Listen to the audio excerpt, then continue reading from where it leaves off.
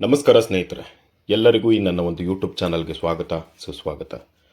ಗೆಳೆಯರೆ, ನಮ್ಮ ಭಾರತ ಕವಿಗಳು, ಸಂಸ್ಕೃತರು, ವಚನಕಾರರು, ಪಂಡಿತರು, ದೇವಾನುದೇವತೆಗಳು, ಪವಿತ್ರ ನದಿಗಳನ್ನು ಒಳಗೊಂಡ ಒಂದು ಪುಣ್ಯಭೂಮಿ.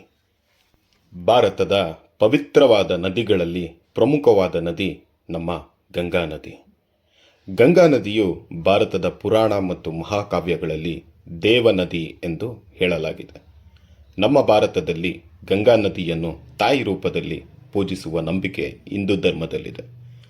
ಗಂಗಾ ನದಿಯು ಹಿಂದೂಗಳ ಅತಿಶ್ರೇಷ್ಠ ಮತ್ತು ಪವಿತ್ರವಾದ ಸ್ಥಳಗಳಲ್ಲಿ ಒಂದಾದ ಹಿಮಾಲಯದ ಗಂಗೋತ್ರಿಯಲ್ಲಿ ಹುಟ್ಟಿ 2507 ಕಿಲೋಮೀಟರ್ ದೂರವನ್ನು ಕ್ರಮಿಸಿ ಬಂಗಾಳ ಕೊಲ್ಲಿಯನ್ನು ಸೇರುತ್ತದೆ.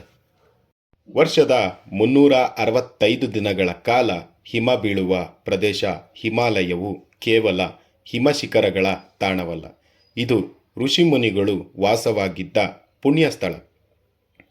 ಅಲ್ಲಿನ ಪರಿಸರ ಅಂದರೆ ಭೂಮಿ, ಜಲ, ಅಗ್ನಿ, ಋಷಿಮುನಿಗಳ ಆಧ್ಯಾತ್ಮಿಕ ಚಿಂತನೆಯಿಂದ ಇದರ ಪಾವಿತ್ರ್ಯತೆ ಇನ್ನೂ ಹೆಚ್ಚಿದೆ.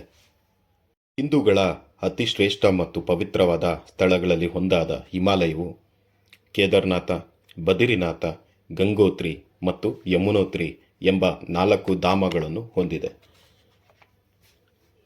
2525 ಕಿಲೋಮೀಟರ್ ಹರಿಯುವ ಗಂಗಾ ನದಿಗೆ 6 ಬೃಹತ್ ಅಣೆಕಟ್ಟು ಮತ್ತು 4 ಜಲಾಶಯಗಳನ್ನು ನಿರ್ಮಿಸಲಾಗಿದೆ.